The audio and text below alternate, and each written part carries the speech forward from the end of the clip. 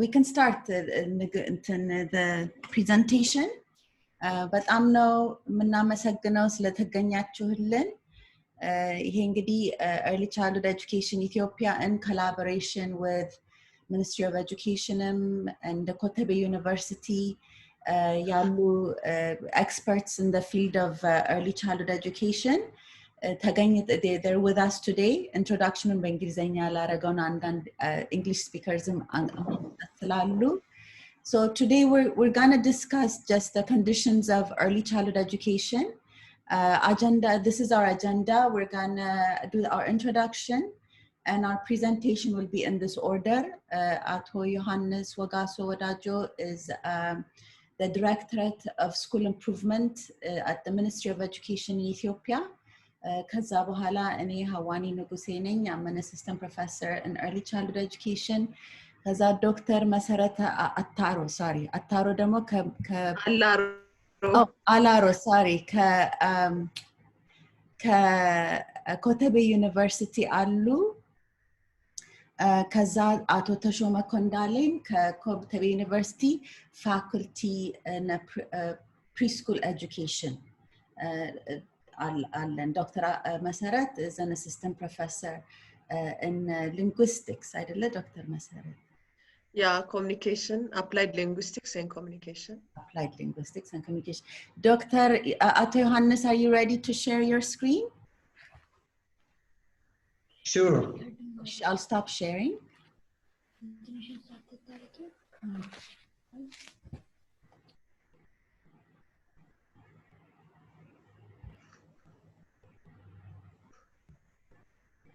And now if everyone can mute, አቶ ዮሐንስን በደንብ መስማት እንችላለን.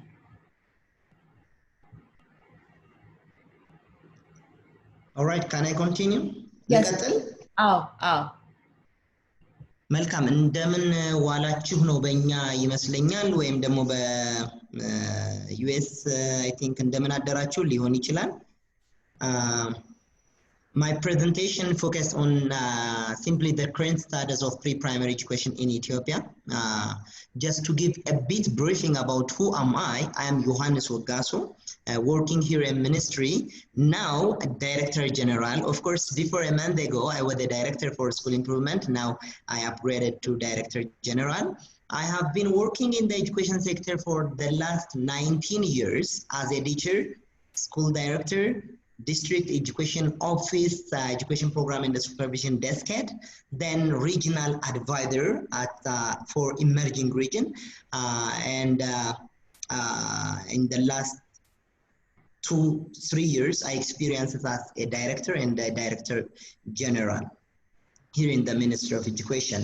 And my department mainly focus on educational programs, operating educational programs from pre-primary up to secondary education, and with the form of 4 focused area. And the first one is bringing all children from KG to secondary education. Then the second issue is, improving the school delivery system. And the third one is focusing on marginalized and children with special need education. And now I'm working by focusing on those 4 issues. The outline for this paper, can you hear me? በደንብ ይሰማናል. ምናልባት አንዳንድ ጊዜ እኔ ያወራሁኝ ላይ ሰማ ስለሚችል just I want to make sure that whether you are following or not. All right. We can't see the screen. Can we see the screen, please? አይታይም አሁን? ዶክተር አልማዝ እርሱ አይታዩትም፣ እኛ ይታየናል. Can you see it now? Okay. Can everybody else see the screen? Yes. Oh, okay. Is she? I can see it. Okay. Maybe refresh Dr. Almaz and then. Okay. Is she ቀጥሉ አቶ ዮሐንስ? Great. This paper the outline for this paper have 4 parts. The first one simply explaining about the background and some sort of policy analysis in relation with pre-primary education. The second one is the progress now we are experiencing in terms of providing equitable quality early learning program in Ethiopia. And the third one is what challenges we are experiencing in the provision of this pre-primary education. And the last one is the way forward for the government as well as all stakeholders. Just to come with some background, I think no need of explaining the importance of early intervention for this platform, because every one of us definitely we understand the importance, the benefit of, sorry, I have to switch it off. Right. The benefit of early intervention, even for societal benefit as well as for individual benefit and eventually for the country development. Just to give a bit connection between education and this early stimulation and the intervention, as all of us understand that the ECCE period, early childhood care and education period, encompasses from 0 up to 6 years, and in those periods, the 85% of the brain functioning is formulated in that period. Therefore, brain development, cognitive development, and language development, when we cultivate better, our child have, we will get better quality student for our education system. When we add with a better quality teachers, we will get productive schools, and these productive schools unquestionable that these productive schools produce productive work labor and human capital, and this in turn break the puberty cycle we are now experiencing. And all the research evidence from developed country clearly iron out that the developed world come up to improve their economy by investing more on this subsector. When we look at our country, of course, we definitely understand the importance of education. That is why the government, allocates significant amount of money for the education sector, and around 25% of the public expenditure directly goes to the education sector. However, when we look our economy, the rate of return is not as such, plausible. It's very disappointing. But because we are there, our focus was only just schooling, and we were ignoring some ingredient in terms of improving the learning outcome. When we look our work world, our labor market, even the university graduates were not basically equipped with the necessary skills and the knowledge. That is that might be lead us to high wastage. Even when we look at the dropout rate, reputation, and the like, it is huge. Because 25% of grade 1 students dropped out from before joining to grade 2, and the dropout rate for primary from grade 1 up to 8 is around 80%. This simply leads us that we have limited resource, few resource, but the wastage is very high.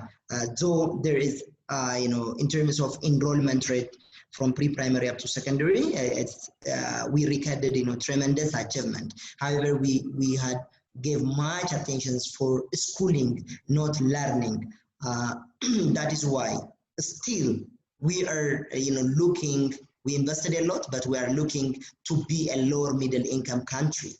That is what the reason why our education system is very poor, because our investment toward youngest children is very poor. Because when we look at the education expenditure, though it is 25% of the public expenditure goes to the education sector, pre-primary subsector took only 1.3%. Whereas when we look at the higher education, it is 43%.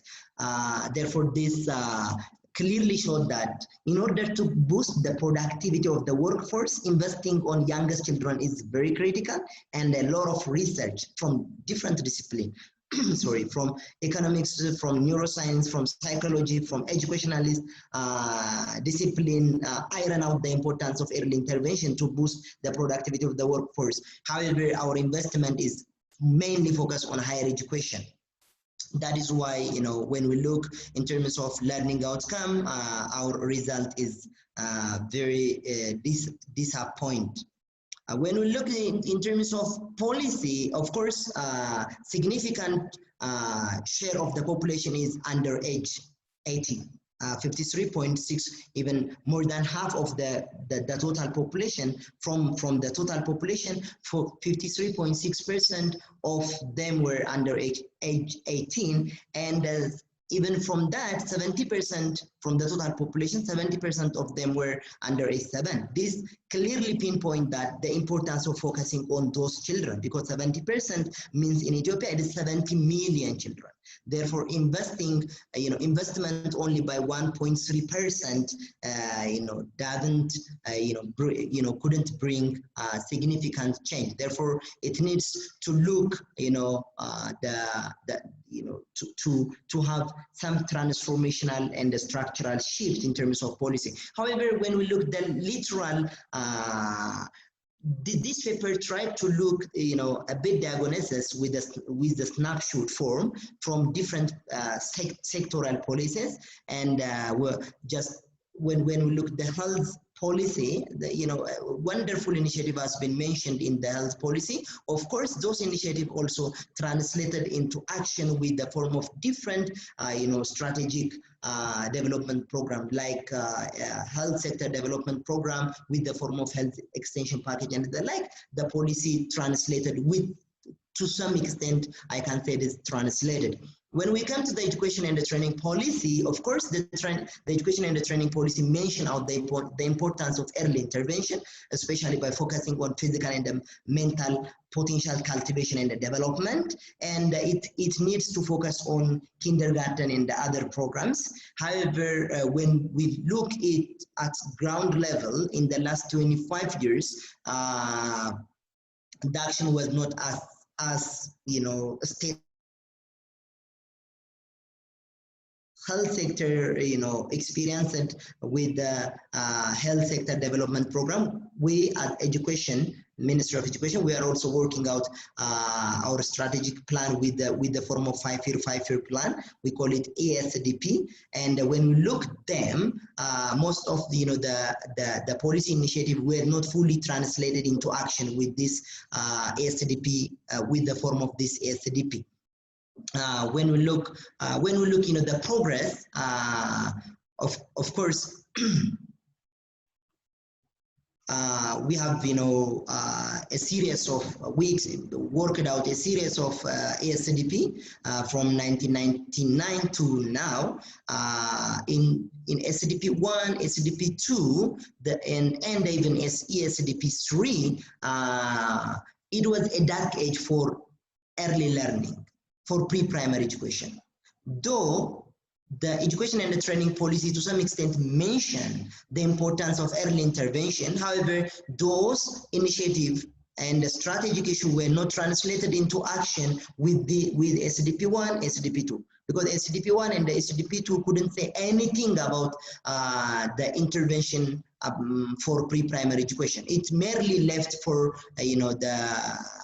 the private sector. In SDP 3, to some extent mentioned something, but the SDP 3 also restricted that the involvement of the public, the government, is only limited by designing standard, curriculum development, and the like. But when we come to SDP 4, of course, it was not only the initiative from the government, but also the study, a large-scale study conducted by USAID with the support of USAID, iron out the importance of early intervention, because almost 80% of grade 2, grade 3 students were not able to read and write a single word. And this study alarmed the importance of pre-primary in education and the intervention.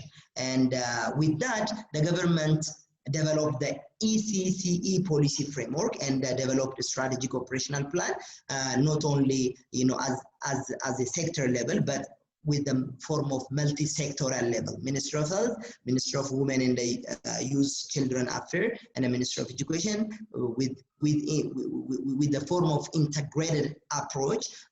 We developed the policy framework. Since then, we brought, revolutionary change in this country because before, 2010, the gross enrollment rate for pre-primary education were below 5%. However, within 5-year period, it reached to 45%. Even in the last SDP, because we call it last SDP because SDP 5 now it is ended last June, and now we are finalizing SDP 6. And when we look the actual implementation of SDP 5 also mentioned out a lot of initiatives for pre-primary education, like expanding a 1-year O-class program in all primary schools by annexing, that O-class program for all primary school, child-to-child program, and accelerated school readiness program, and teacher training program, and the like have, given much attention in the sectorial plan. However, when you look the gross enrollment rate in the last 4 or 5 years, to some extent, rather than increasing the enrollment, we are coming to down. And last year we tried to examine, why we just, coming to down rather than, improving the enrollment rate. And we reached out to update the existing ECCE policy framework, because the policy framework showed that it's already reached at the peak point in 2015-16, because it was 50%. Since then, we are decreasing. Therefore, it showed that the policy, to some extent, contributes a lot, but it needs some sort of updating. Therefore, to do that, we conducted a large-scale study, situation analysis study for pre-primary education, and we were examining, the modalities. The modalities are 2 types. The first one, institution-based modality, and the second one, non-institution-based. And we were examining, the contribution of each modalities. When we look, the contribution of each modalities, for example, KG, before 8 years ago, the contribution were 25%. The contribution of O-class program were 64%, and child-to-child, non-institution-based child-to-child were 12%. In 2011, the contribution of O-class still increasing, and the contribution of KG program increasing, and the non-institution based modality decreasing. This result is very promising, because our objective were, by decreasing non-institution based modalities, we want to promote and scaling up the institution based approach. And the contribution of O-class program were very large, and the field report from the ministry and the study conducted by different partners pinpoint the contribution of O-class program, and this O-class program contribute to read and write letters in local language for children, not only in local language, but also it contributes a bit in English too. And this O-class program creates, to create some context, some condition for children to familiarize themselves with the school before, they go to, they join to the formal grade 1 schools. It creates, some sort of familiarization. It also, contribute with not only with the schools, but also it gives some exposure for children to familiarize with teachers too,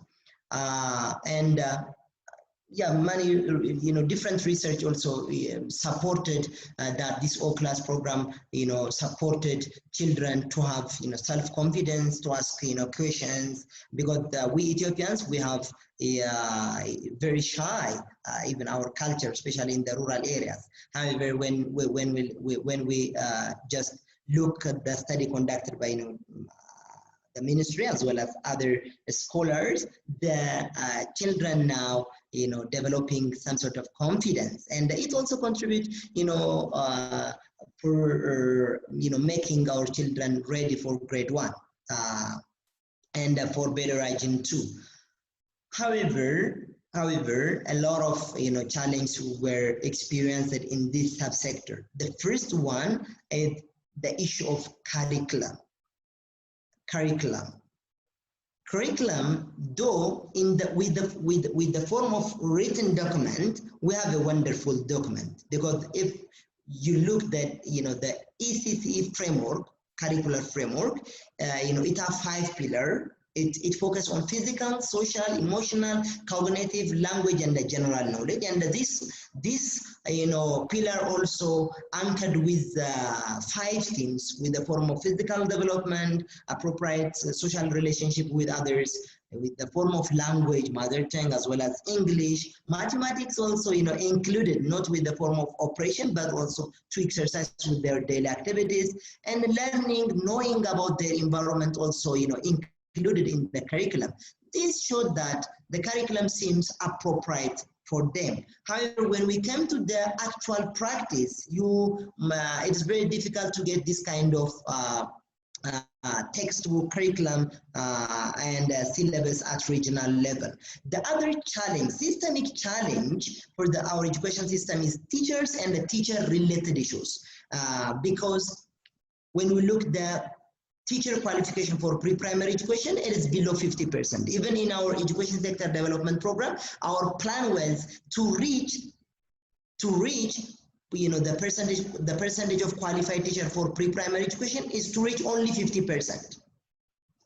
However, when we look even the achievement, even the target is, it is not acceptable only having 50% of qualified teacher. But now when we look at the actual performance, it is far below 50%. And when we look, the knowledge and the skills of our teacher, there are a lot of problems. Even the understanding of teachers on pre-primary education and working with children is very low. The third one is leadership. The issue of leadership in this regard is very critical, because when we look even the O-class program contributes a lot in terms of providing access for pre-primary education. However, when we look at the governance of O-class program, it is miserable, because no structure for this O-class program, no leadership, no budget, no governance at all. That is why now, when we examined the O-class program last year as a ministry at the national level, thousands implementation practice exist in this country. For example, in some part of Amhara region, they understand O-class program as a 2-year program. But when we come to the other region, like Afar, they understand even O-class as only a 1-year program. When we go to Tigray, they understand child to child as a 1 year for only for 4 years, and the other program as a 2-year program. Therefore, there are different understanding even within the region and across region. And the attention given by the regional, WERDA, and even school level is very, very poor. The other one, the engagement between parent, community, and the school, it is also very, very poor, because children at this age level will get the first experience of schooling at early pre-primary education, or at O-class or KG level. Therefore, the translation should be very smooth, because their home is the place where everything given for children is at their home. For example, from depending to parent up to liberating themselves, everything is happened at home. When they come to schools, maybe the context is to some extent different. Therefore, it needs to some extent to connect between schools and the community, with the form of parental and the community engagement. However, when we look this, there is great interruption the continuum is not smooth. The other one, school facility and the environment, it is two problems are there. The first one is structural. When we look structural in terms of classroom, it is very difficult to get, you know, adequate classroom for all class children, adequate resource for all class program, and when we look the actual classroom process, the second one, classroom process, the interaction between children and the teachers, the interaction between curriculum and the children is very poor. This, you know, also contribute for poor learning outcome, and this is also, you know, not supported with adequate finance for this subsector. As I mentioned earlier, at school level, that, you know, all things mentioned in the above is at system level. When we come to the school level, shortage of all-class teacher, it is very critical, because we need more than 120,000 teachers for 7 million right school age children for pre-primary school age. However, we have only 35,000 qualified teachers. This clearly shows that there is imbalance between teacher and demand and supply. The motivation also poor, because in most of the teacher, you know, in order to fill the gap, we recruit, you know, volunteer teacher, contract teacher, and the like. Therefore, their motivation is very poor. And when we look even the actual experience in the schooling hour for all class program is of course different from region to region, school to school, but when we look the average, it is around from 2 to 230 hours daily. It is very below from the standard. The other one, there is, you know, huge disparity even in this country. As you can see from this picture, this is also all-class program. This one is also all-class program. Therefore, children experiencing in this class and the children experiencing in this classroom may not come to, you know, the same learning outcome. Here is also, in some areas, in some districts, they have a wonderful classroom with adequate resource, especially with the local resource. However, when we look the some schools in the rural areas, really it is very disappointing. Rather than, you know, stimulating children, it is, you know, devastating. It is, you know, the interest of children even to come to school become, you know, their appetite might be, you know, disappear in this regard. Thank you so much. The final is the way forward. As a minister, as a ministry expert, my recommendation for the ministry as well as for all the stakeholders, because this issue is not only for the education sector. This issue is not only, you know, the government. This belongs for all of us, because we working in early childhood is not only contributing for the education sector, but also contributing for generation, and it have also, you know, critical role for surviving our nation too. Therefore, the way forward for all is the first one, the ministry undergoing now the revising the ECD policy framework.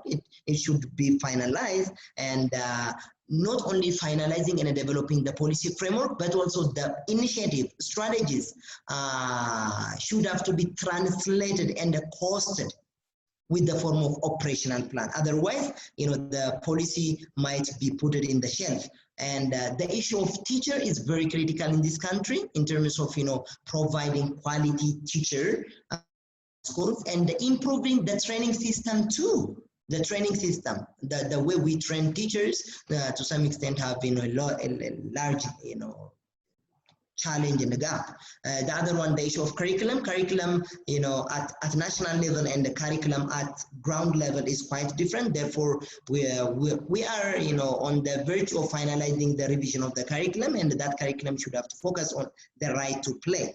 And the final recommendation is developing adequate structure from MOE to Wereda level to run out this program. Because, for example, this program encompasses, this program serves for more than 8 million school-age children. However, no directorate is here in the ministry, in my ministry, no directorate at regional level, no directorate at district level. Therefore, letting this huge number of population for focal person is really it might contribute not to improve student learning outcome, but it might contribute for high educational wastage.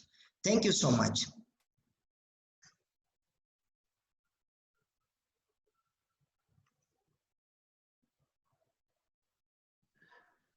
Thank you so much, Ate Johannes. You've given us really a great snapshot of where ECC is and the plan to where it's going. Thank you. But we're gonna have time for questions, Bohala. So if you can hold on to your questions, save it. He's given us the challenges. He's given us some of the success. He's given us the importance of teacher training and really the ratio of the number of kids that need to be educated, cared for, supported versus the workforce development. Okay, so next I'm gonna be presenting and then we'll have Dr. Masarat and Ato Tashome. Just give me 1 second to share my screen and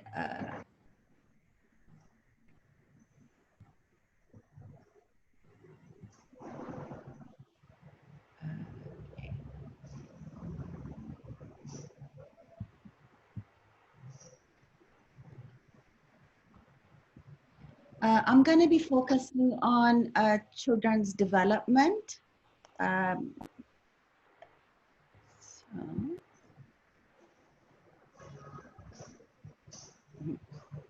Technology. I'm going to be covering technology too. Sorry, I didn't know.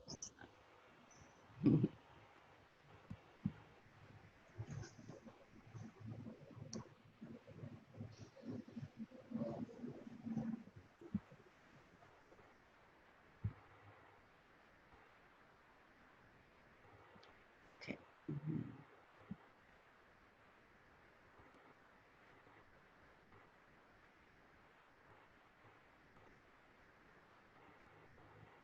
Can you see my screen?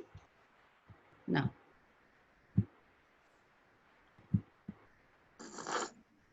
One second.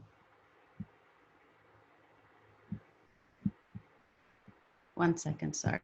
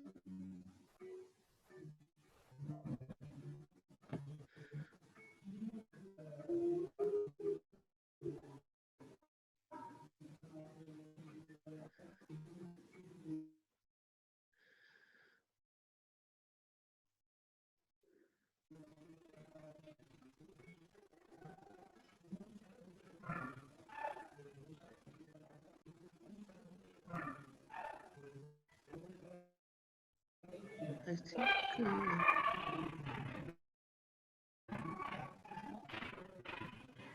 Can you see my screen now? yes. Okay. Yes, we can Sorry see. about that.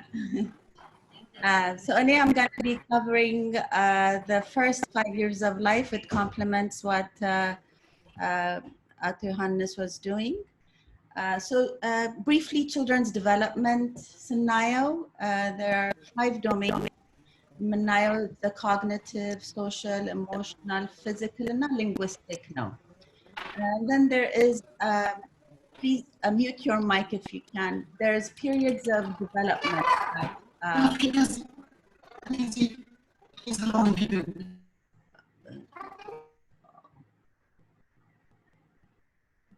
Okay. So there's periods of development.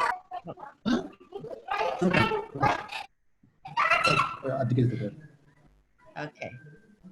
So there's periods of. هواني هيسمع. Can you hear me? Are you guys able to hear me or no? Yes. Yeah, I can hear you. Okay. Masara, can you hear me now? I think she can hear me. So there are domains. The 5 domains is cognitive, social, emotional, physical, and linguistics. There are periods of development ደግሞ ይሄ ግን sweeping ነው ማለትም ልጆችን የእድገታቸውን ይዘት ስናይ the stretch of development. Someone, can you please mute? I think Masarat, can you mute your mic?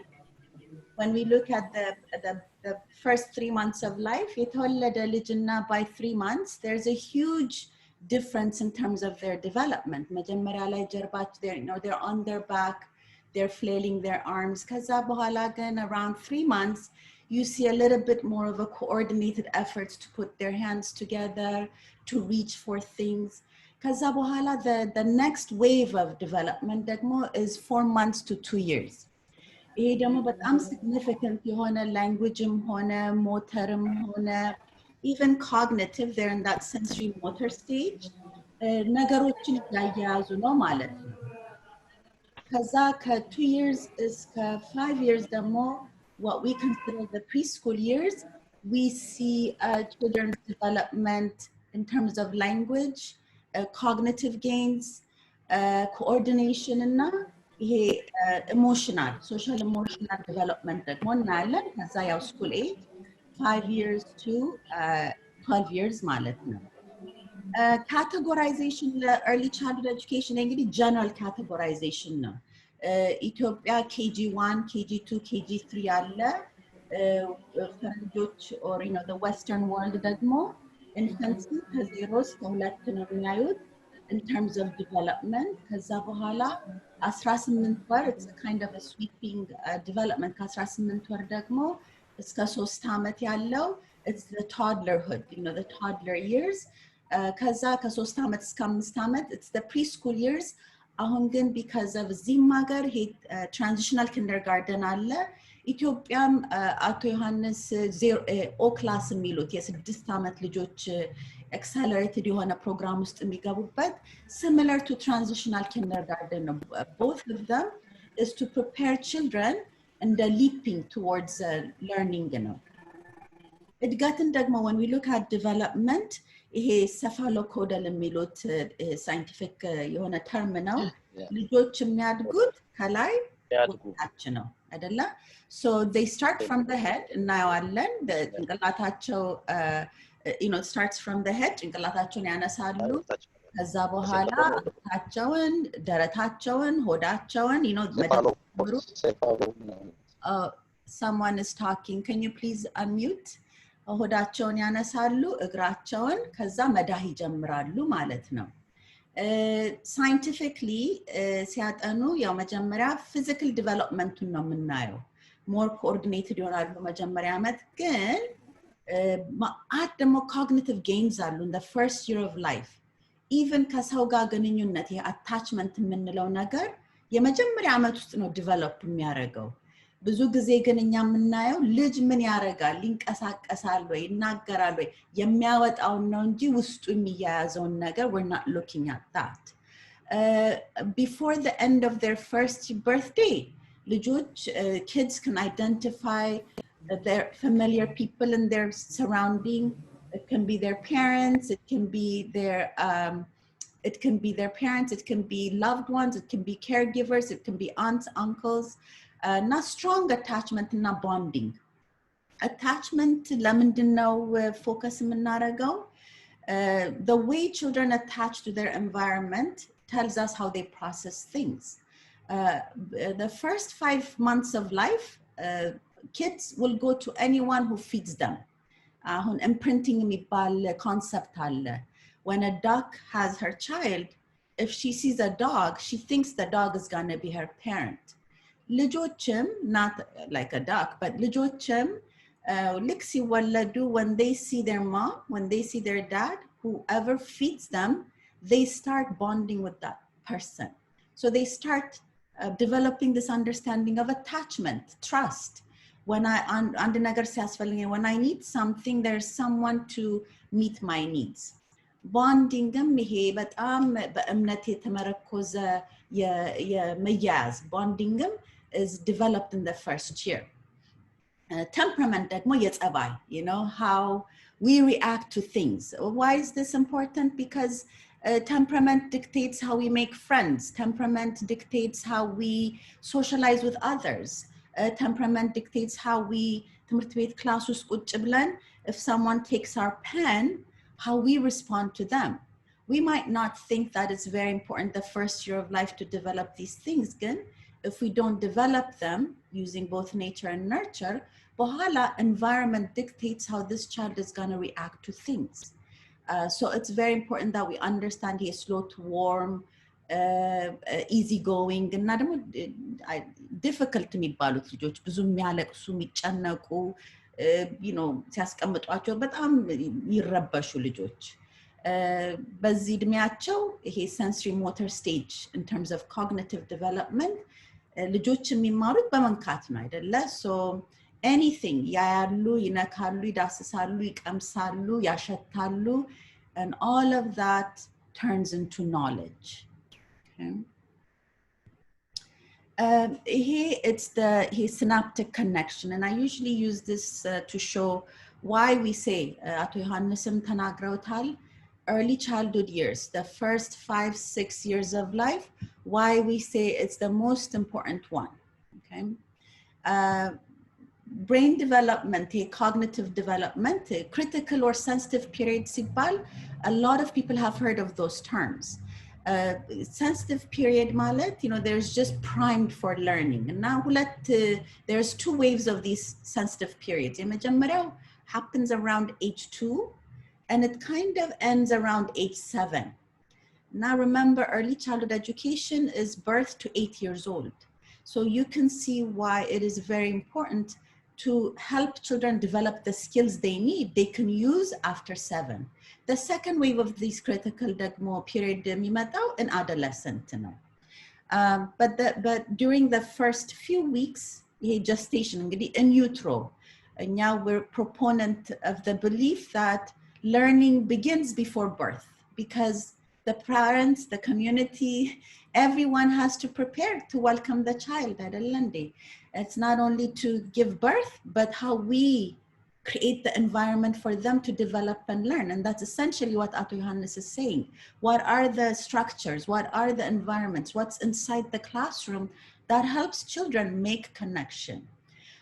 So during these years, they're gaining knowledge. ብዙ ጊዜ we talk about the 2 years. 2 ዓመት ልጆች ሲሆኑ, that's when we see a lot of these developmental delays in ቢሆን የቋንቋም speech and language delays. ብዙ ጊዜ autism we associated with kind of finding it around 2.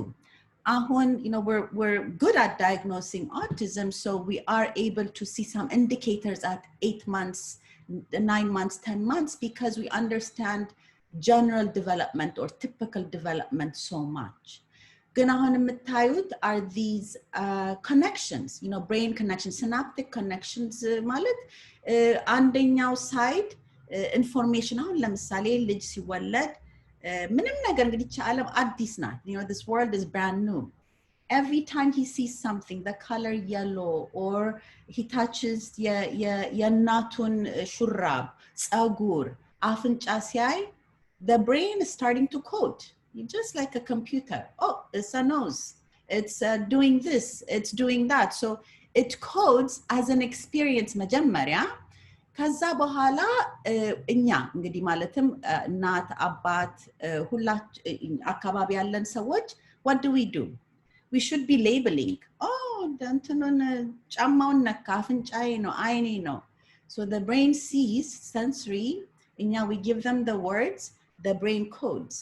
But because there is so much to experience in the world, these synaptic connections are overworking. That's why the first 5 years of life, እንደመጎስጎስ ነው information, knowledge, ቋንቋ ልጅ የሚናገረው ሲሰማ ነው።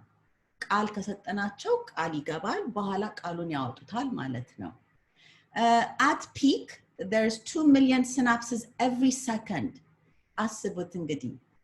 And that's one of the reasons, you know, they say children sleep a lot because the brain has to make sense of what's happening.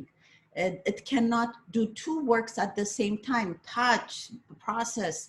ግን ማአት ጊዜ infants ይተኛሉ because the brain is making connection, turning it into knowledge. እያያችሁት ስትሄዱ ወደ 6 ዓመት ይሄ pruning የሚባለው ነገር አለ እና pruning, it's basically saying that the synaptic connection that we used, ማለትም አሁን ልጆች ስለ ቅጠል ብዙ ካወራናቸው የቅጠል አስተሳሰባቸው በጣም ይጎለምሳል። ግን ስለ ውሻ ብዙ ካላናገርናቸው ስለ ውሻ ያውቃሉ, but they haven't been using it. And so የማንጠቀማቸው the connection that we don't use, wither ያረጋል ወይም ይሞታል ሳይሆን it just kind of takes a back step. And the others, አሁን እኛ concentrate የምናደርገው math, language, ምን የምንለው እየተያዘ ይመጣል. At the same time though, it matters how we prepare children. Meaning, እንዴት ነው ይሄ ages and stages of learning የምናደርገው ነው. The first 5 years neuroplasticity, that the brain በጣም it's a muscle, ግን ደግሞ በጣም ክፍት ነው ለመማር. ገና አሁን እኛ ዝግ ነን because we know what we know. አዲስ ነገር ለመስራት we have to work a little bit harder than it. Even አሁን ቤት ቁጭ በሉና ስሩ ለማለት በጣም ችግር አጋጥሞናል because it's a new way of thinking and doing things. We were set. ልጆች ግን አይደሉም. So they're able to capture and record experiences at a wider and broader rate than we do. ቋንቋ ደግሞ language እንግዲህ ያው at birth ነው. አንድ ነገር I always want to emphasize is language and communication are two different things. Children start communicating at birth. Sound is a form of communication. Crying is a form of communication. Motherese or blabbing is a form of communication. Language is an organized way of communicating with the world. And so ከመጀመሪያ from the first few words to 4 ዓመት ሲሆናቸው 1500, and this is based on experience. Some kids 3000, 4000 words they can speak at 4. In terms of their cognitive, sensory motor or pre-operational stage ላይ ናቸው መጀመሪያ. ከዛ በኋላ ደግሞ ከ2 እስከ 7 ከዛ concrete operational. የኮምፕሌክስ የሆነ ትምህርት ቤት ውስጥ የምናስተምራቸው ነገር ብዙ ጊዜ even in terms of their cognitive development ከ7 ዓመት በፊት አንዳንድ አስተሳሰቦች abstract knowledge የምንላቸው ነገሮች ይከብዳቸዋል. In terms of social emotional, በዚህ እድሜያቸው ልጆች ደግነትን፣ ማንነትን፣ ምንነትን እየተማሩ ነው. ይሄም እንግዲህ በጣም የሚያስፈልገው የኛ መጨመር ነው አይደለ? አንድ ልጅ መጥቶ ከተጎዳ or ሰውን ከጎዳ ምንድነው የምንለው? አካባቢ ምን አይነት ኢንፎርሜሽን ነው የሚሰጠው? ማንነቱን እንዴት ነው የምናስገነዝበው? አንዳንድ ነገር መነጋገር ያለብን ልጅ ሲወለድ ወንድ ነኝ ሴት ነኝ አይልም። ግን socially we teach them who they are አይደለም እንዴ? በምንነጋገረው ነገር ማለት ነው።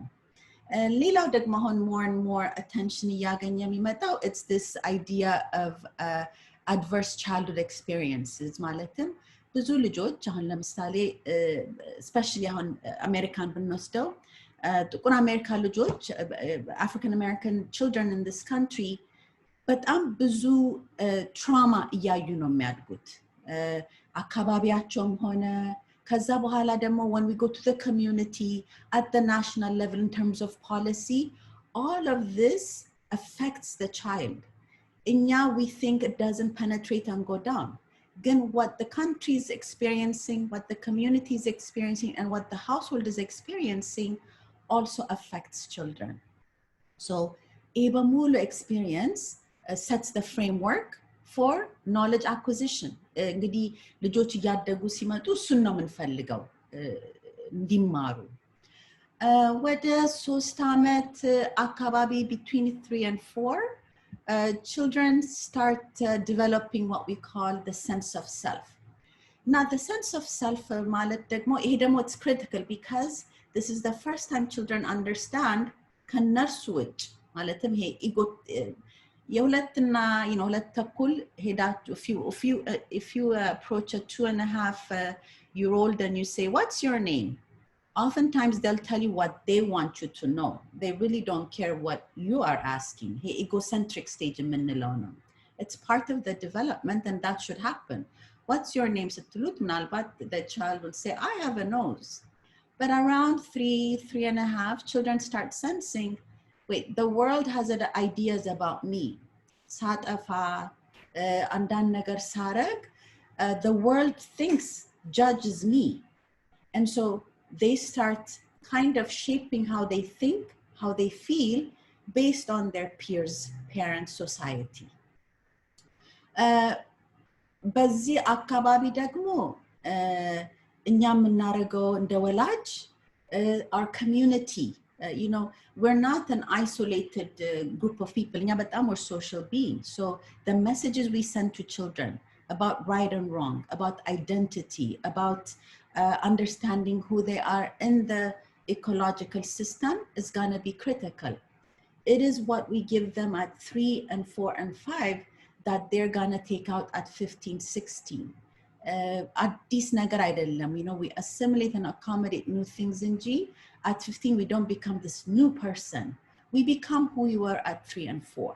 So it's very critical that around 3 and 4, this personality and identity development is given more attention. So social norms, gender identity, ማንነት is constructed socially and culturally. ቤትም ከቤትም ውጭ ማለት ነው.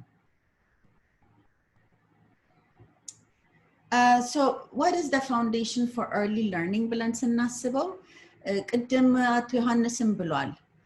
Play is children's language ይባላል, and I believe it. You can have the most pristine environment. I've been in many different preschool, pre-primary education in Ethiopia, and I can tell you how the teacher gives the knowledge, transmits that learning, says a lot about interactions. Okay, so we can have Lego, beauty, some of the best preschools. And if play is not the central focus for learning, then knowledge acquisition is not happening. A reciprocal interaction that የምንለው is how do we respond to children's cues? Do we know enough? ቅድም አቶ ዮሐንስም ብሎታል. Do we know enough about what children need? ብዙ ጊዜ the child development part of education is missing. ያለ understanding children's development, we can't educate children. So interaction is based on understanding and knowledge of what are children saying, what are children trying to communicate. But infants, the first 2 years or 3 years of life, responsive caregiving. እኛ በባህላችን እውነት ለመናገር ብዙ ትክክል የምናደርገው ነገር አለ.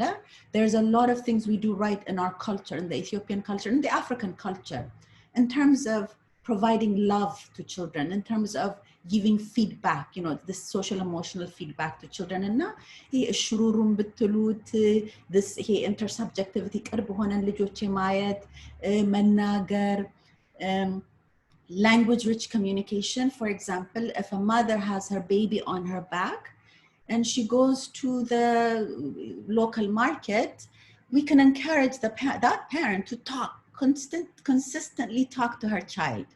That is how we develop language.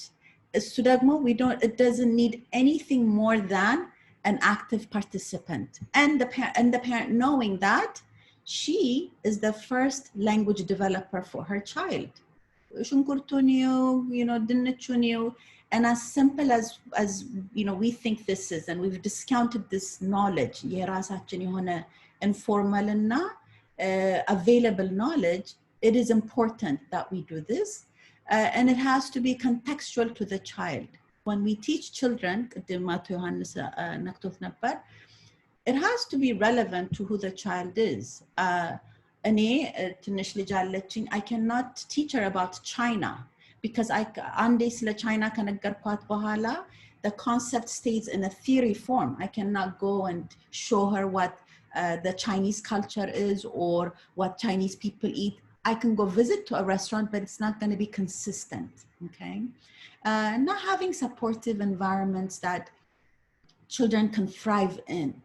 Supportive environment doesn't mean expensive environment. Supportive environment means a loving, caring, እና አንዳንድ ደግሞ ቁሳቁሶች ልጆች የሚጫወቱበት ማለት ነው. And that we meet the holistic needs of children. ቅድም አቶ ዮሐንስ ተናግረዋል. There's በጣም ብዙ የኢትዮጵያ ልጆች not only attrition rate ሳይሆን in terms of equity, in terms of access, in terms of ምግብ ዋናው እና attention እናትና አባትን ብዙ ችግር ላይ ስለሚሆን it's very hard to share that or give that back to children.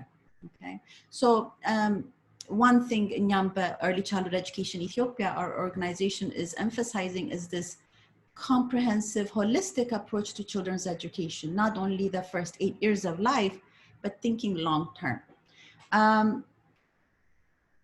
And in terms of early learning, there's many concepts. Psychodynamic ልጆች እንዴት ይማራሉ, social ማት ነገሮች አሉ. ግን እኛ ምናቆምና ከኛ ሀገርና one that complements our culture and our social norms is sociocultural theory, Lev Vygotsky.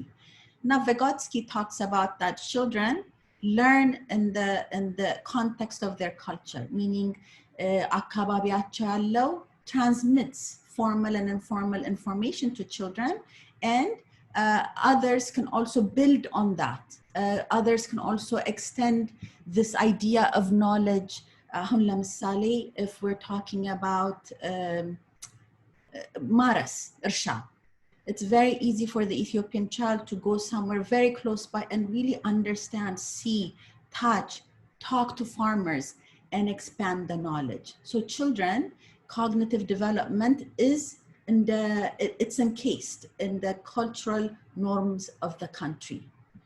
ልጆችን, when we remove them from this reality, knowledge acquisition becomes difficult. Why? Because the brain has to work multiple times to process an information they don't see on a daily basis. ሌላው ደግሞ አሁን ስለ informal እና indigenous knowledge or sub-Saharan Africa, how they gain knowledge or ስናይ አንዳንድ ጊዜ ከውጭ የሚመጡትም organization በሏቸው aid organization, there's an assumption that these communities do not have much to give because in terms of economic development, but ከስር ስለሆኑ that there's this savior mentality, frere ይለዋል, savior mentality. But if you look at cultures in Ethiopia, cultures in sub-Saharan Africa, the way we raise our children, there is a lot of capita. There's a theorist, Tara Yosu, that talks about marginalized or underserved communities actually have these strengths that we should be using in our education system. If you think of language, Ethiopia has a very language-rich environment. And we know speaking multiple languages, hearing multiple languages develops the brain. In Ethiopia and other African countries, and in Ethiopian household, there is this familial, and in one household you can have grandma, aunts. So there's a lot of family members that can also enhance that knowledge, that can also build on what children already know. They just don't hear it from mom and dad, but they hear it from aunt, neighbors. In Western cultures, even in America, usually kids live with 1 or 2 parents, and that's it. And their communication with other people is limited unless they go to school. But what she's arguing is this is a capita that should be used. Socially, there's more to connect children with, and children, when they're going or traveling, they're able to see their surrounding. They're able to see what's around them. Aspirational Degmo, not only children of wealthy parents, but children of poor parents also have aspirations for their children. They see their children growing up to be the best of who they are. They can be doctors, lawyers, farmers, the best farmers in the area. I'm gonna speed it up because we have time, but we have 2 more. So based on this here, sociocultural theory, in terms of the Ethiopian education paradigm, and I think Ato Yohannes Mnaktot Nabara, cultural relevant pedagogy, that children's education should be reflective, the things that we use in the classroom, the materials, the language that we speak, how we put together knowledge for them should be in the culture where they come from. And culture relevant pedagogy also aims at producing critical thinkers. When children are able to question where they come from, not only learn about where they're going, English, the Western system, but when they're able to inquire within, wait, why do we write why do we say then we're also conditioning children to do what? Research their own to understand themselves better. And then use of indigenous knowledge and indigenous materials, active oral stories. I was talking to Dr. Masarat yesterday too, that about, Yenya Bahal, and really not only our Bahal, but our Sub-Saharan Africa, we have a lot of oral stories that need to be passed down. And then, learning happens in a constructivist way, meaning children have to actively participate. They have to actively touch, question. They have to actively interact with their environment. And instructors need to be trained to use who children are, their background in the curriculum. And this, because our, and this is a part of the learning system. Language development and instruction, this is critical, not only when we talk about early education in Ethiopia, but even here, when we talk about early education in the United States and elsewhere. Not only language development for primary, early English language learners, but dual language learners, and how to. So language is a cultural tool.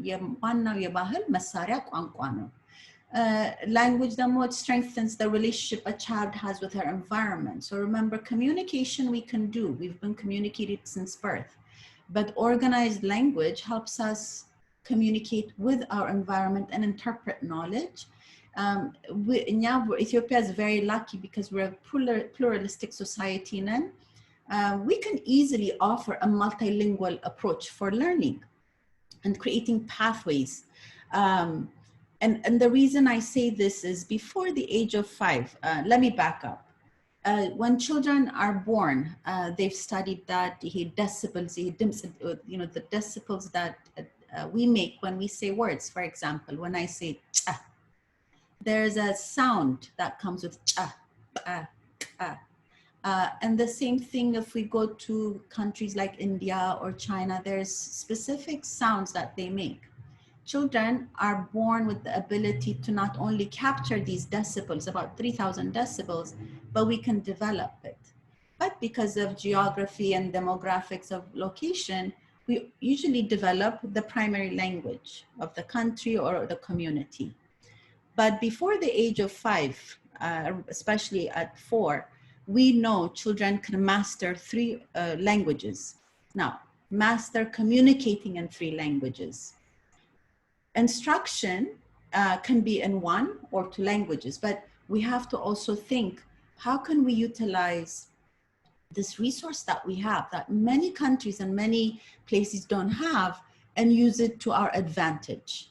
And so I know, Bahala, with our panelists, that we're going to talk about how to follow up with this seminar, and we'll share with you. So using indigenous materials, artifacts in early childhood education is key. Oral stories ተነጋግረናል. I know material resources scarce now, so no. And then strengthening the parent involvement. When we teach children, we should also invite parents. There is an organization, Zibazu, Walaj engagement is key for children's education. So not discounting what parents in Ethiopia know, especially in the rural area. To live in the rural area in Ethiopia, you have to be very smart and crafty. We can use that knowledge, when to do the crops, when to harvest. All of that is knowledge that the schools might benefit from and children can benefit from, just way of life. Strengthening and integrating informal or indigenous education with formal. In the context of Ethiopia, we have to really look at both education system as equal. And I would argue that using our indigenous system strengthens how we understand the Western education system.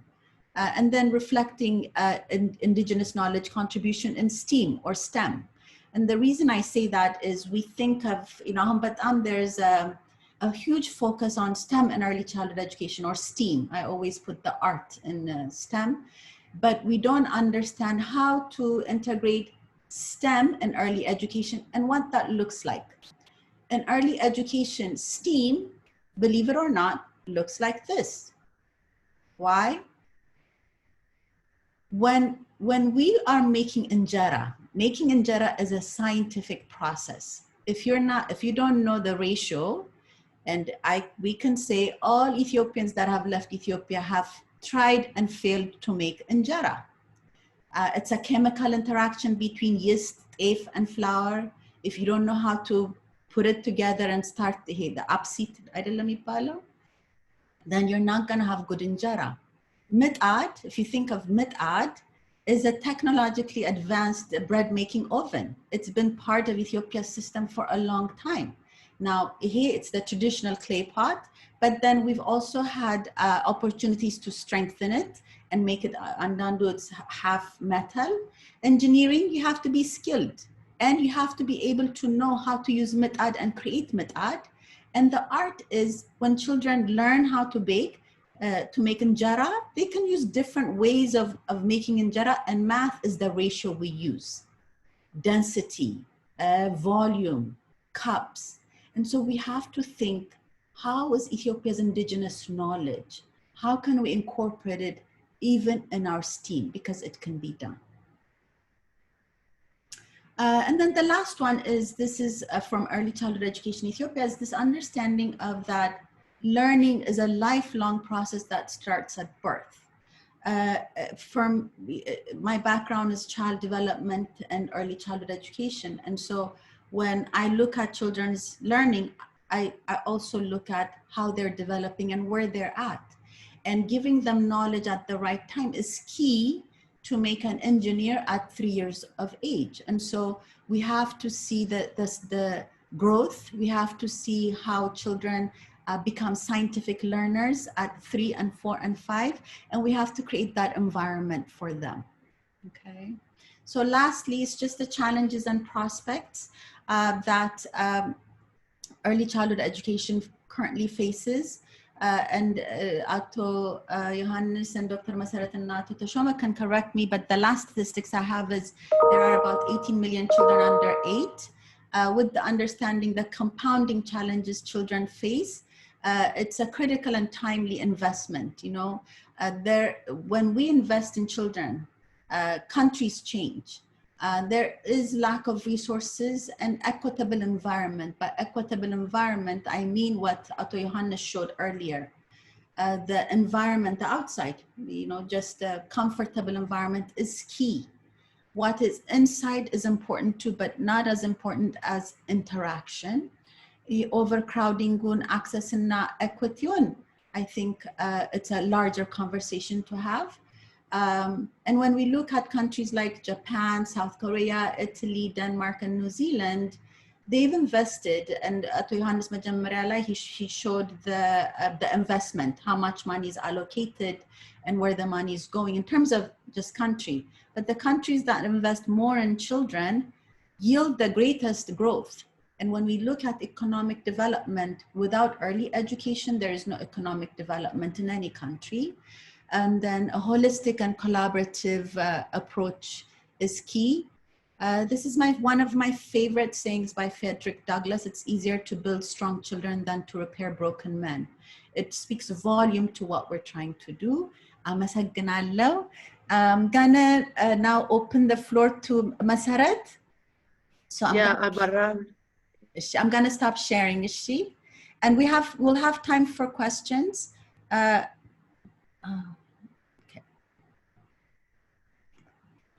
Can you, are you able to share, Masara? I'm trying. Okay, hold on. Okay, okay, good. Go ahead. Okay, sorry, go ahead.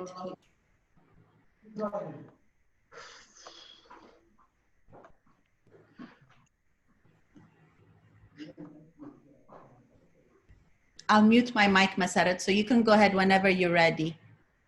Okay, I will.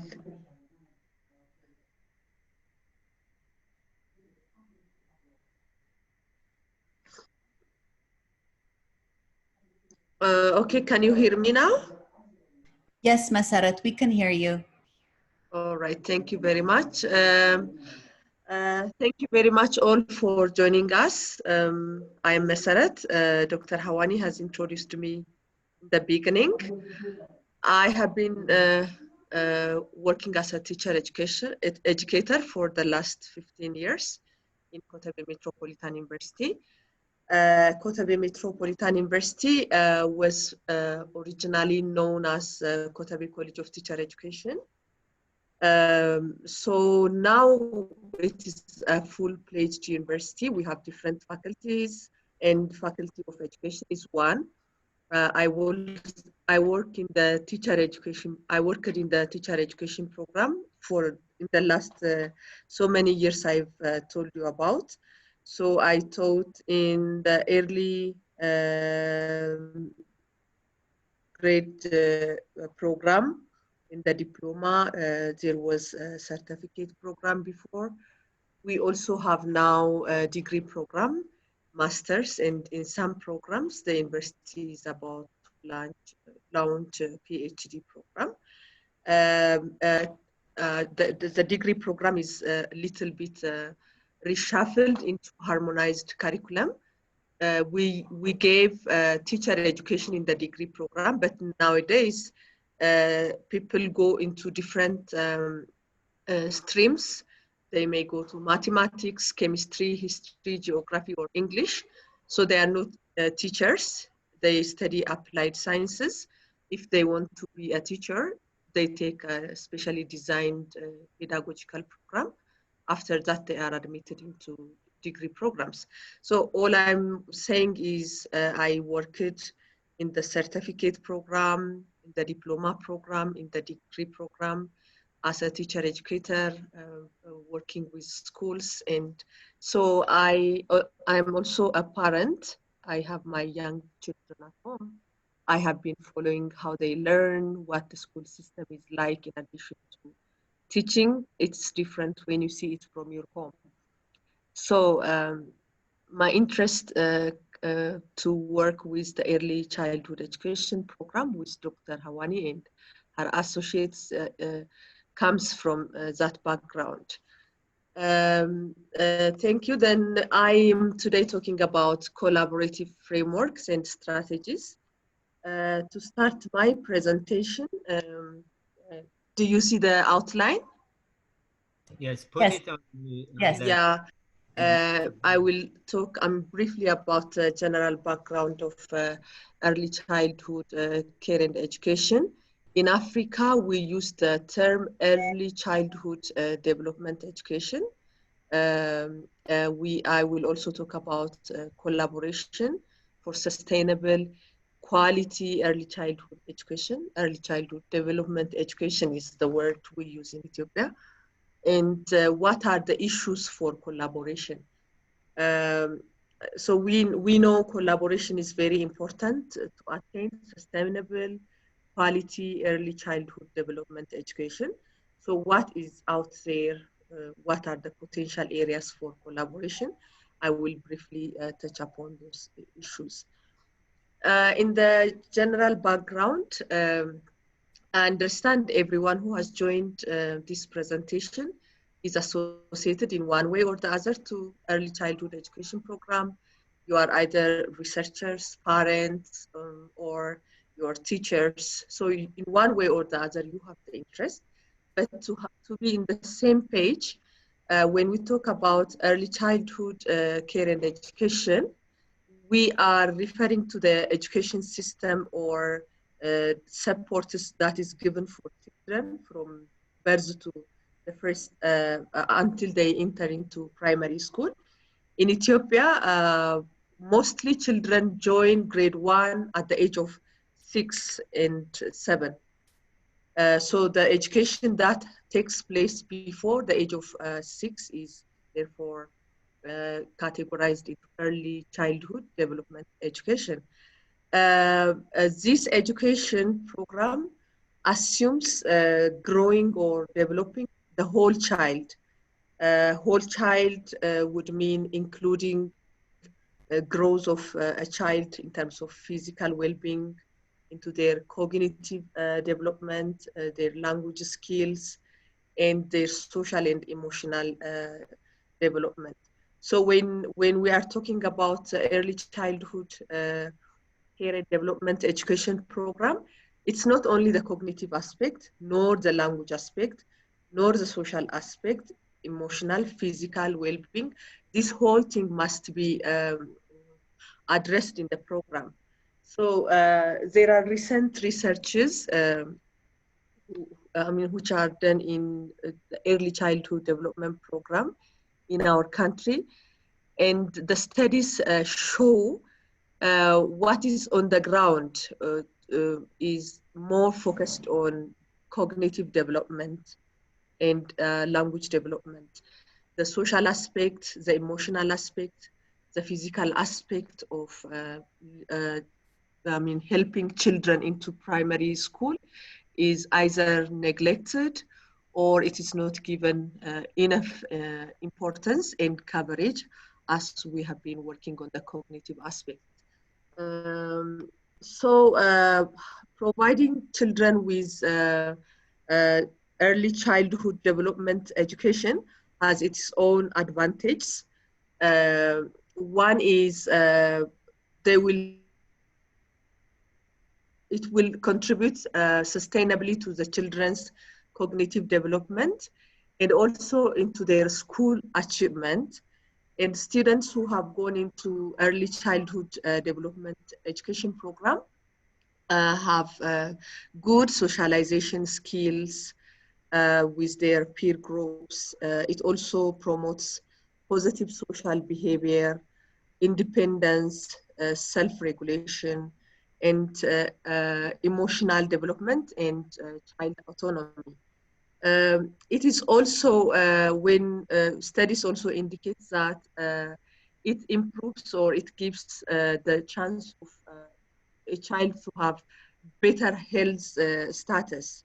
Children who have gone into early childhood care and development program may have a better health status compared to those who didn't have that opportunity to attend ECD. It is also, in terms of life outcome, children who have gone into the early childhood development education program, they have better life outcome in terms of economy, in terms of the overall success in their life, they have better outcome. Also, criminal behavior, respect for community, for society, for self and family is recorded to be higher for those children who attended ECD programs. So this clarifies we have, I mean, the need to pay attention to early childhood care and development program or development education. Therefore, how do we do it? Dr. Hawani has discussed a lot of things from a psychological point of view. Mr. Johannes from Ministry of Education has also shown us a lot of challenges and problems that are on the surface. I mean, what is being done and what is left out. So if we want this program or education program to be sustainable and to have quality, we have to find routes for collaboration. So collaboration between stakeholders of education will help promote students' achievement and will help us ascertain all the advantages that I have discussed. Well, what I have mentioned is not all the benefits of early childhood care and development education program. It is only some of them. So collaboration is very important. And if collaboration is important, who can collaborate? What are the potential sectors, individuals, or communities that can work together? Well, we can include teachers in the collaboration, children or students, their parents. Dr. Almaz in the chat box was mentioning people in our country think that only school teachers or only the school system is responsible for equipping a child for their academic success, for their social, emotional skills, and all that is assumed in a whole child. But parents also have a lot of responsibility, creating enabling home environment, taking part in decision making concerning their children's education. We also can think of school administrators, principals, Ministry of Education. Well, I'm talking under the umbrella of Ministry of Education. We cannot think of early childhood care and development education in the absence of Education Ministry. Associations, different associations. I know we have diaspora associations, communities, universities, funding agencies, multi-sectoral organizations such as health, law enforcement, finance, infrastructure development. It's not only the education ministry that can work day and night to realize quality, sustainable early childhood development education. So there are rooms, health ministers, people in the health sector, people in the law enforcement sector, in the finance, in infrastructure development. When every sector works together, we have better collaboration, and the result also will be good. Public sectors, private sectors, investment groups, government organizations, non-government organizations, professionals, and business networks are also very important to bring these different stakeholders on board will really help us in realizing sustainable quality early childhood education program. About the strategies, what are the strategies? Okay, if we have collaboration, the collaboration of teachers, collaboration with university collaboration, school, university collaboration, professional associations. So when we have the collaborates, what are the strategies to intervene into improving and sustaining quality early child development education program? So research is one strategy, developing policy brief, and also designing interventions, specific interventions. the collaboration also can come in university to university linkage. This linkage can provide us platforms for research, platforms for sharing.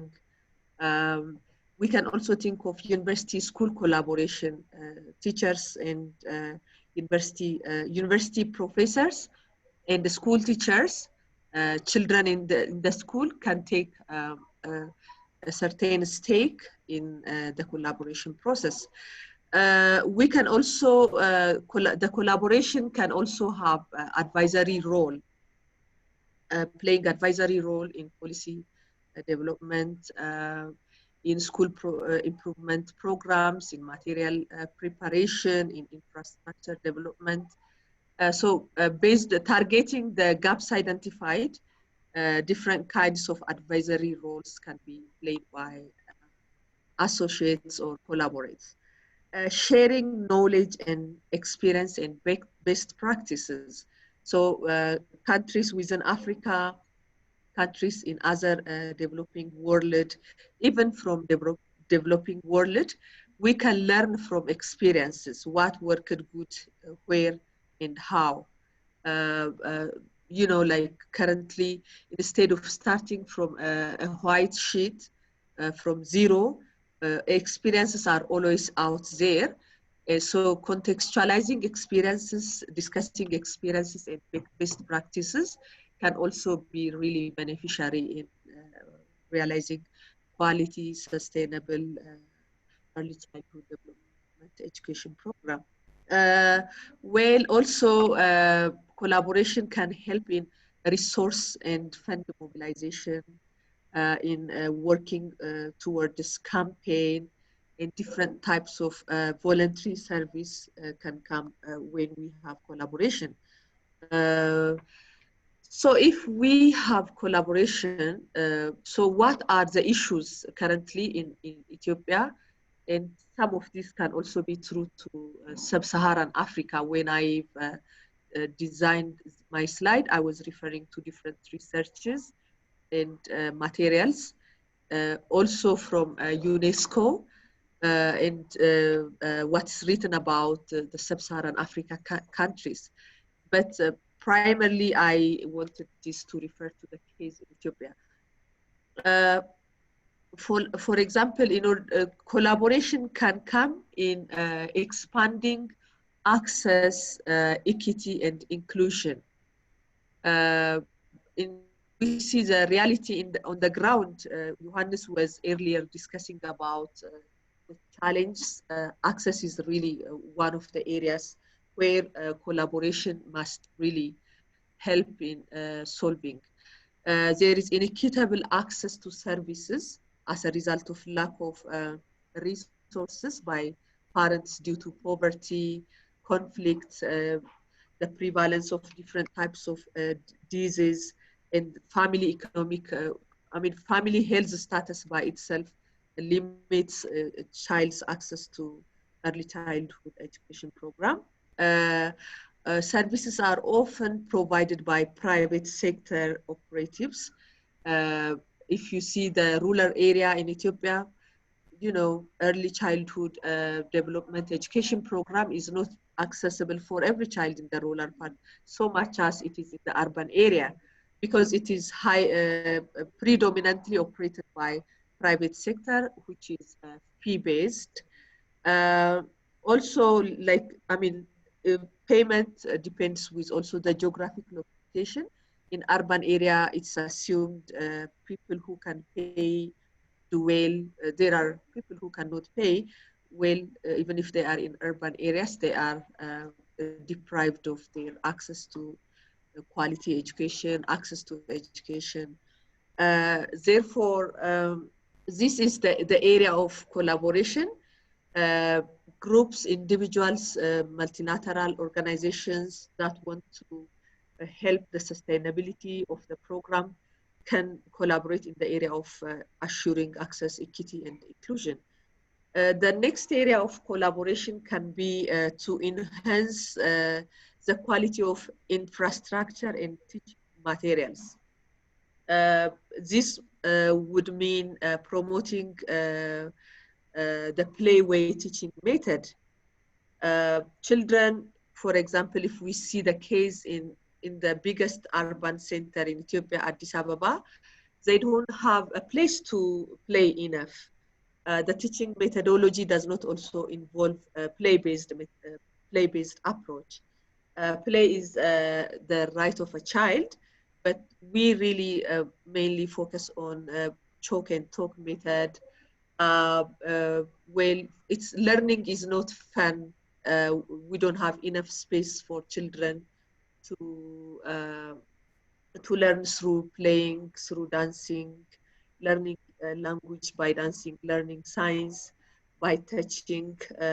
So there are different play approaches. So if there is collaboration, we can use, we don't have shortage of locally available material. We don't have limitation of space if we think about it. So promoting play-based teaching is very important. So collaboration can work on that area.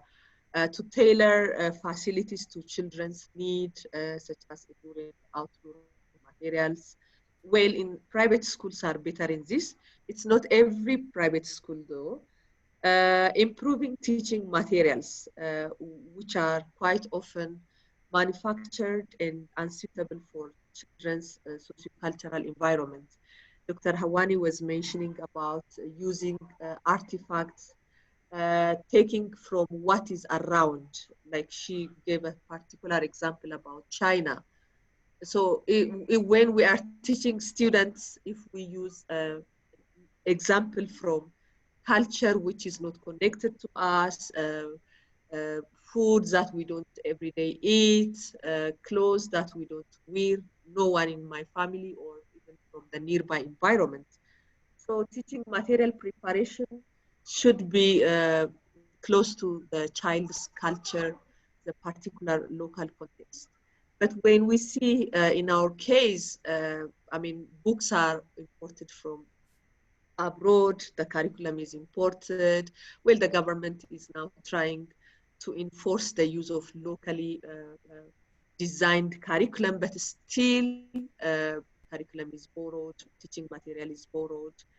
Some of the examples our children are learning is, I mean, like you cannot give them any concrete example of what their book says.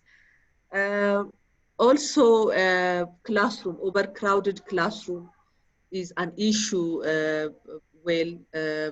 because in some private schools, even in Addis Ababa and in some regional towns, you know, there is a class limit, the maximum class limit is out there, but because people want to increase their profitability when in private sector, they take more students into one classroom.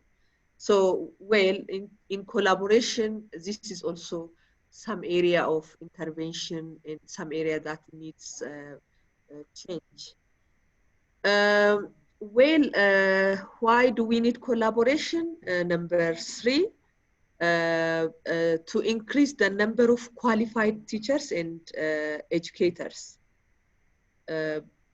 The educators we have in the system, for example, for early childhood development education, how many of the schools are using teachers who are trained to teach in the early childhood education program?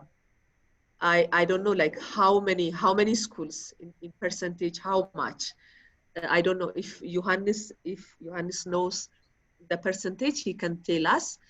But it is only some universities in the country that train teachers for early childhood education program.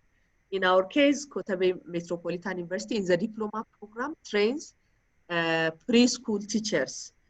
Earlier, it was in a certificate program, but the certificate program is no more in functional now.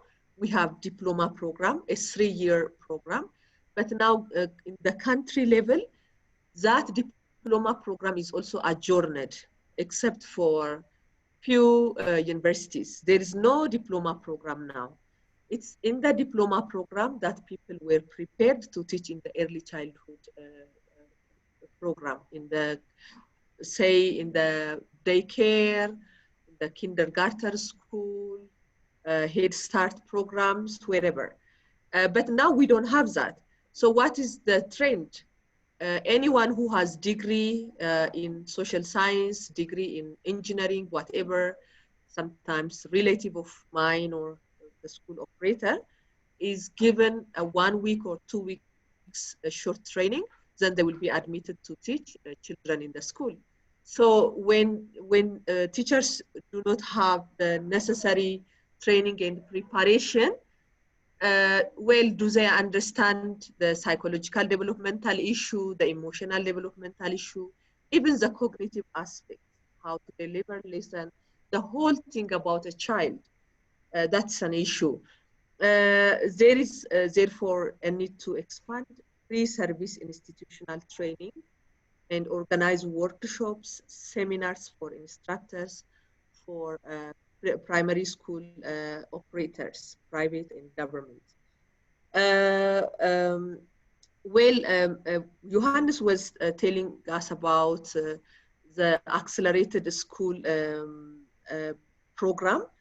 There is a specialized training given for some teachers who are picked from the community to work in the program. But I think that is not also well developed, and it's not enough. I don't think we can say that is enough.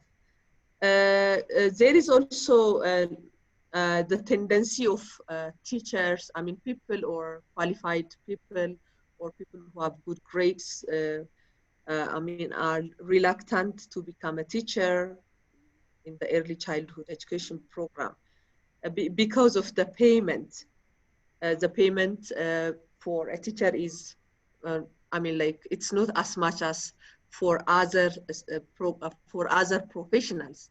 So teachers are not, people are not usually attracted to a teaching, to be admitted into a teacher education program. They prefer other disciplines to work in different industries and joining schools. So I think we have to also think about the incentive for teachers at all levels, but early childhood education is also one of that.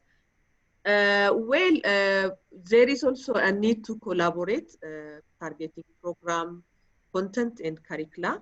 Tashoma, my colleague, will talk about preschool curricula later on. When we see the current practice, there is great variation from school to school, from region to region, and we have heard Mr. Johannes was saying what is O-level in Amhara, what is O-level in Afar. So there is a regional difference even within the government system. In the government, in the private system, follows, I mean, varied school curricula.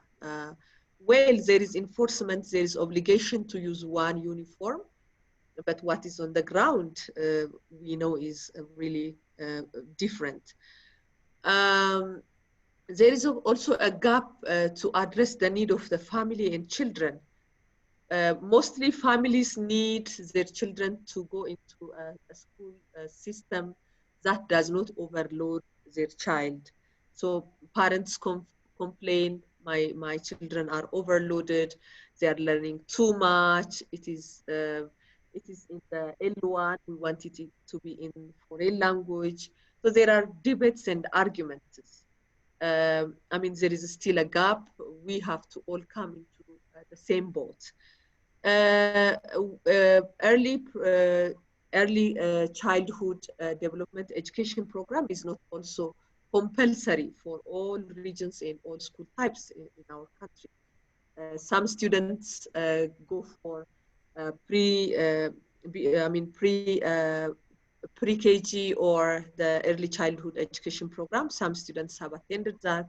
Others are coming from a background with zero attendance. So the early childhood program is not compulsory for all schools, for all systems.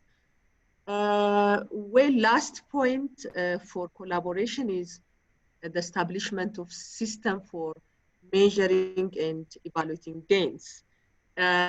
So monitoring, evaluating produces information at the relevant local, regional, and national level to support continuing improvement in the quality of policy and practices. Therefore, it's important for us to have a systemic monitoring of early childhood care education program, and it will allow the generation of appropriate information and feedback at the relevant local, regional, and national level. This information should support open exchange, coherent planning, review, evaluation, and the development of early childhood care and education in the pursuit of high quality at all levels in the systems. So these are the areas for collaboration.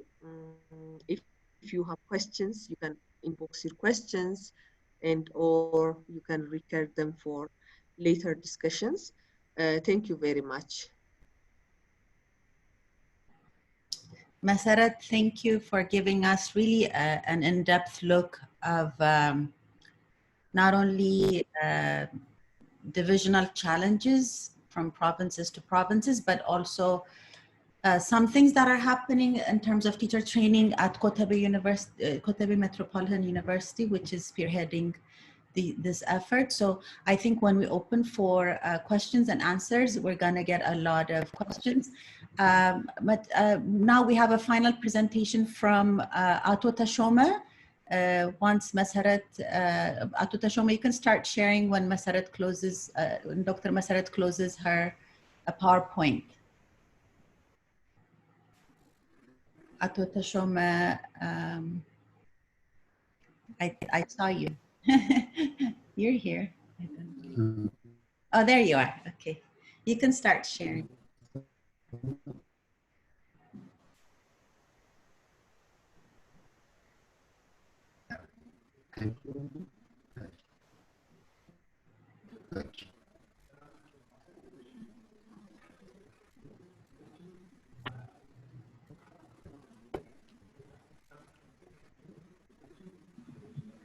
Did you see?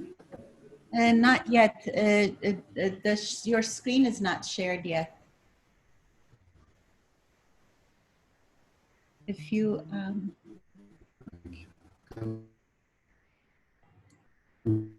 Just trying. yeah, take your time.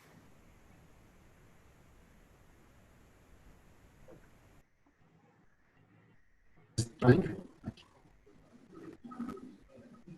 Okay. And everyone who has put questions on the chat box, we've been collecting it, and then we'll open it for questions and answers after Ato Tashoma.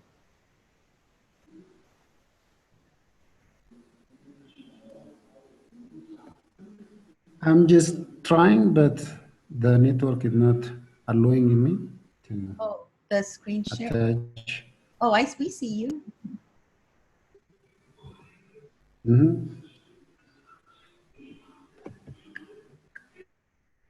Can you see point? Not yet. No PowerPoint.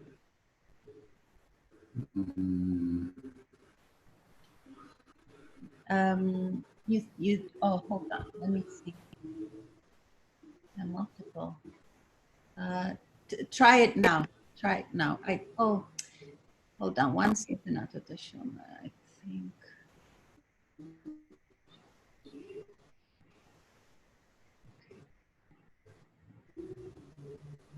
Okay. Try it now, Ato Tashoma. Try sharing your screen now. Okay, I'm just trying. I've made you co-host, so it should work. Okay. What about now? Not yet.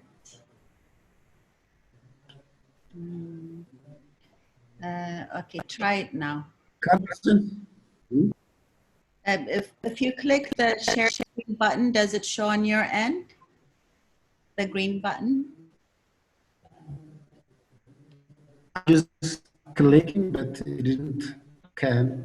Oh, is it the I'm just clicking. The network is not good. Maybe he can talk without sharing the screen. He yeah. can refer Yeah. to his computer. That's It's possible. Yes, Okay. go ahead. All right. All right. All right. Okay. Thank you, everyone. My name is Tashome Kondali. I'm working at Kotel Metropolitan University at the Department of Episcopal Education. And I'm also attending my PhD programs in Addis Ababa University in applied developmental psychology. For the last 5 or 6 years, I'm just engaged on career and education activities in Metropolitan University. So my today presentation will be on the preschool curriculum, a preschool curriculum particularly. So ይሰማል? አዎ ይሰማል ተሾመ።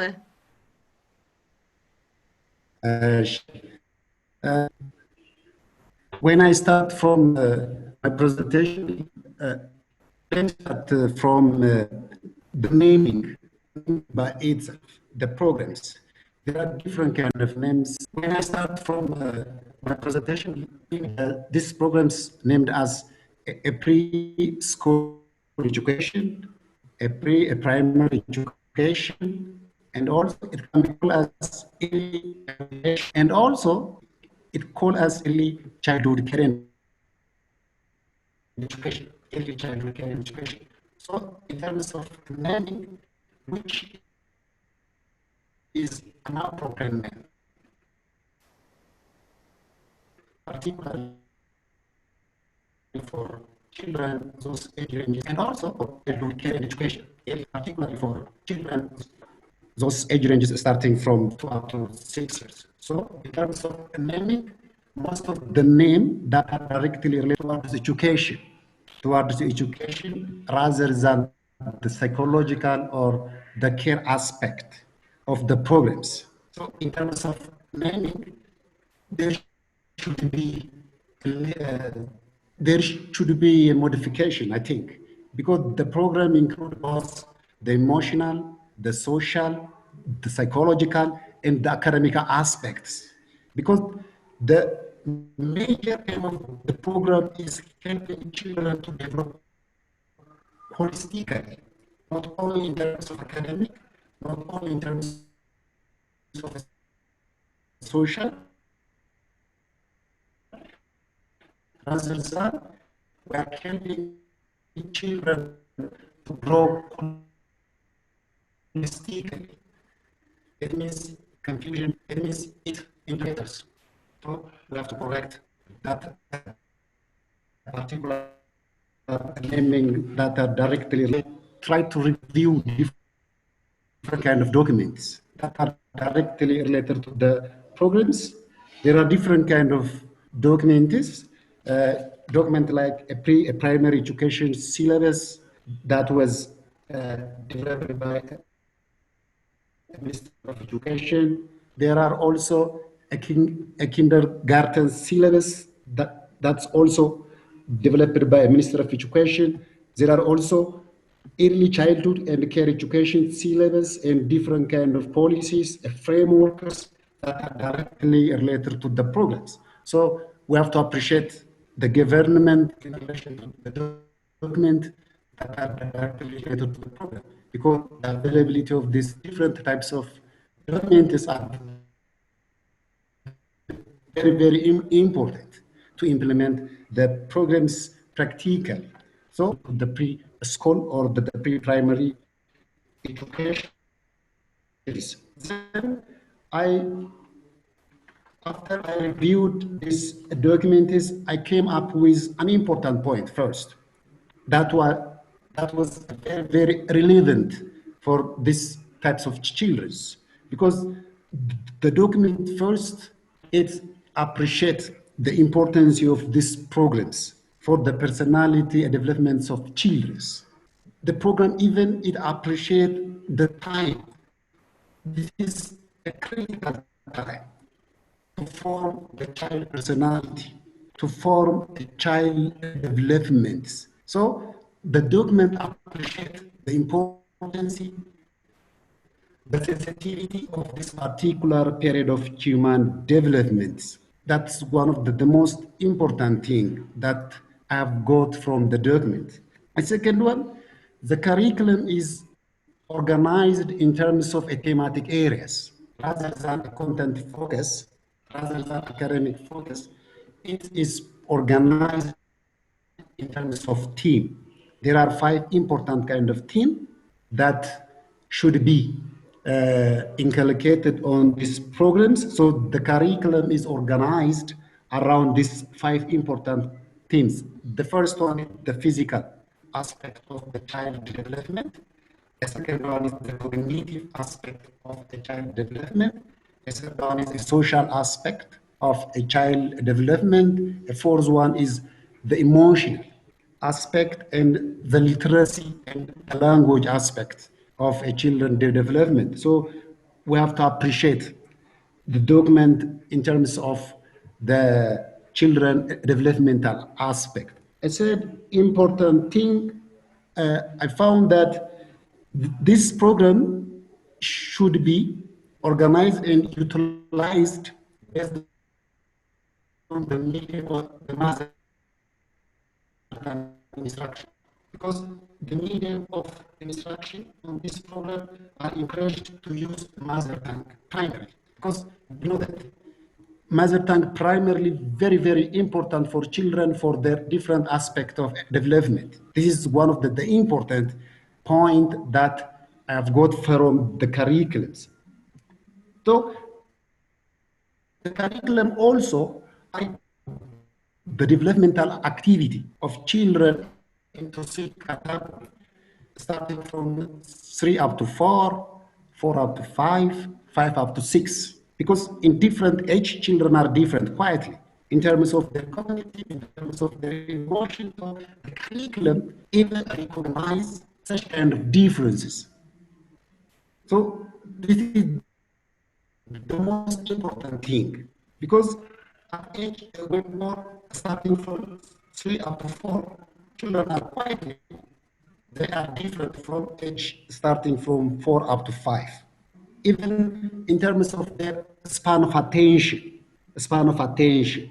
because the curriculum consider such kind of differences. That is the most important thing. Then also there are expected competencies. Expected competencies and competence indicators are also indicated in the curriculums. This expected competency that are expected from children, those age ranges starting from 3 up to 4, from 4 up to 5, and 5 up to 6. There are an important developmental activities that are expected from age 3, age 4, age 5. The curriculum also consider this aspect of child development. Then there are also developmental indicators. If the developmental activity is achieved or not, the teachers have a room to check, because the curriculum lists out an important competence indicators that are directly related to the objectives. So it is up to the teacher to check it is achieved or not, because the implementation of this program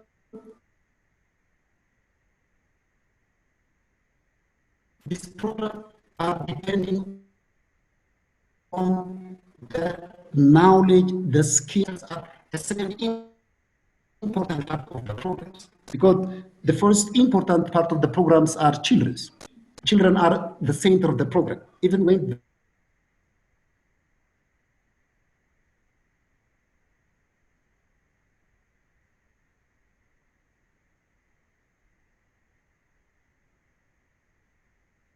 the program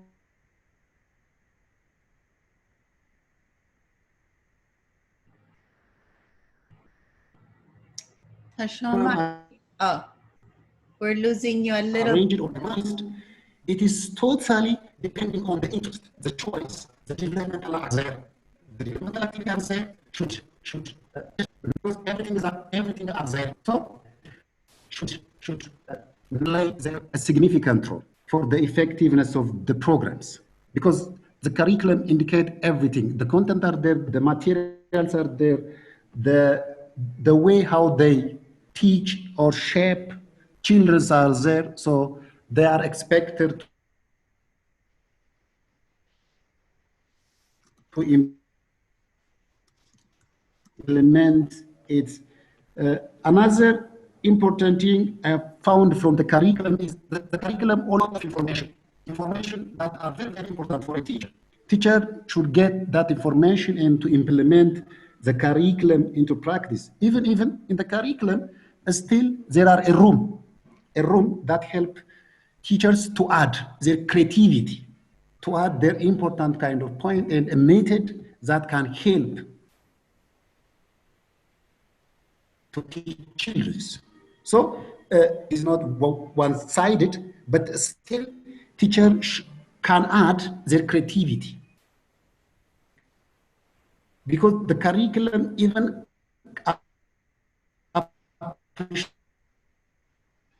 I think you should ask him to teachers should prepare teaching materials from the locally available materials.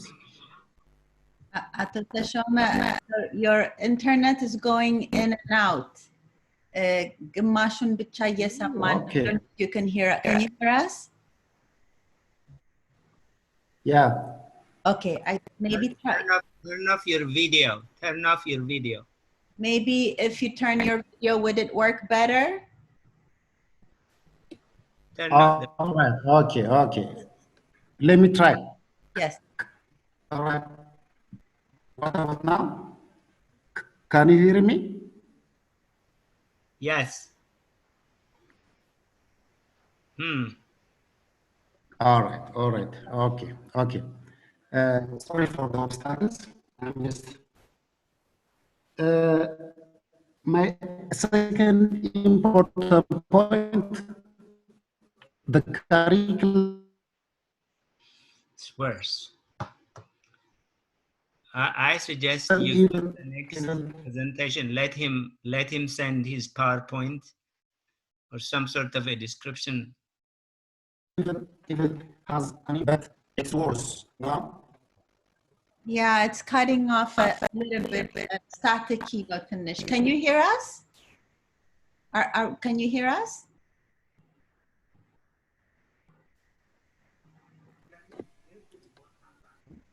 Yeah. Oh, yeah. I'm just hearing. You want to try it one more time, Ato Teshome? Maybe it will be better. Okay. All right. What about now? Are you just hearing? What about now? Yeah, we can hear it. Yes.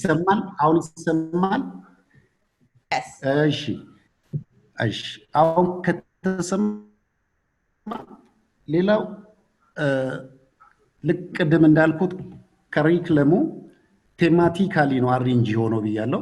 ደን እነዚህ ቴማቲካሊ አሬንጅ ሲደረጉ አምስቱም ኢምፖርታንት ኮንተንት ኤሪያ ኦር learning experience ናቸው that are directly related to children's. So ያንን appreciate እናደርጋለን. Plus there are important principles. There are different kind of principles that are directly related to human development, particularly related to child development. So the curriculum even recognize these important principles. That is also another important point. Even in relation to teaching and learning approach, the curriculum even it appreciates a child-centered approach. It is a participatory approach are a very, very important approach. When we say a participatory approach, the approach are totally considered the interest, the choice, the needs of children. So the curriculum mention an important approach that are directly related to